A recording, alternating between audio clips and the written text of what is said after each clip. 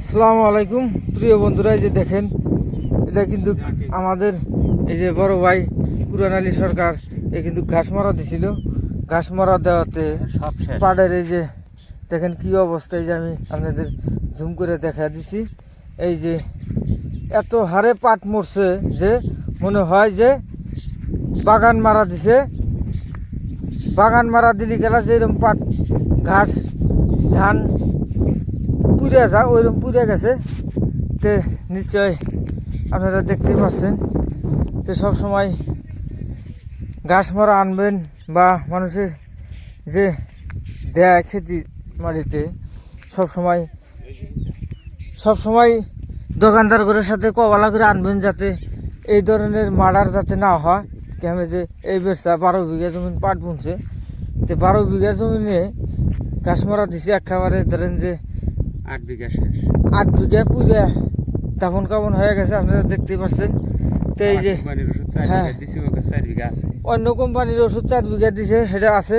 তো আমি তার সাথে কিছু বক্তব্য শোনাই, তো শোনেন কোয়ান্তালি কিছু আর কি। এই যে 8 বিঘা 12 বিঘা পাট বুনছি, অন্য কোম্পানির পাট 4 বিঘা বুনছি। এই যে আর এই খেতে 8 বিঘা এই সম্পত্তি আবার পোলাহানের খাওয়ারে যে 8 বিঘা পাট ধরে এই যে ওষুধ আনছি শুক্রের ওখান থেকে, শুক্র বলে ময়নুলের ওখান থেকে আনছে।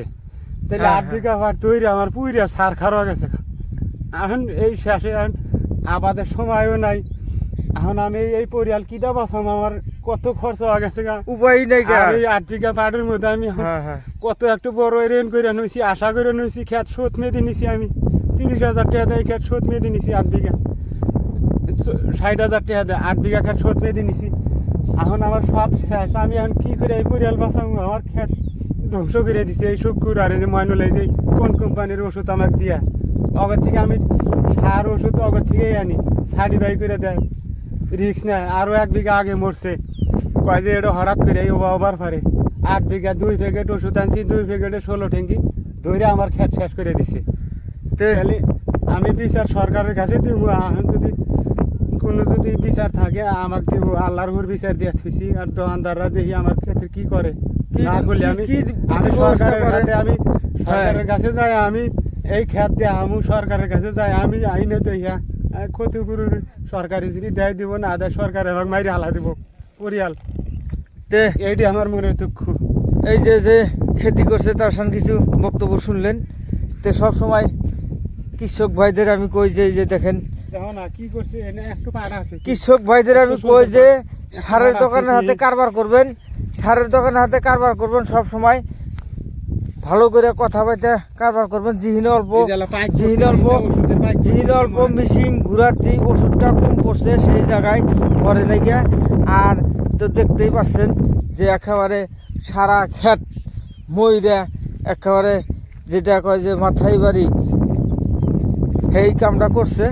তে নিশ্চয় আপনারা দেখলেন ভিডিওটা, আপনারা সারের দোকানদার করে কিছু কইবেন মিলে আশা রাখি।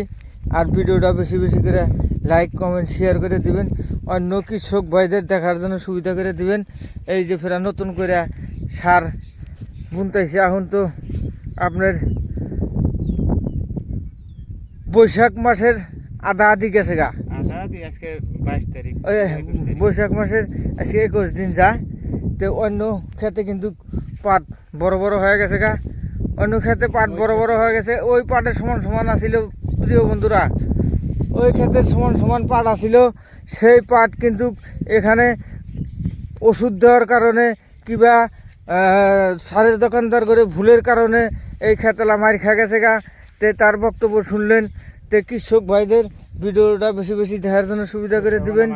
শস্যবোনা মাটি, এত সুন্দর মাটি আসিল, সেখানে কিন্তু এই সারের দোকানদার করে গাইবলা দিতে হোক, কোম্পানির গাইবলা দিতে হোক, এই ক্ষেতটা কিন্তু একবারে 12 বিঘা জমিন 4 বিঘাতে অন্য কোম্পানির ওষুধ দিচ্ছে, এটা ঠিক আছে।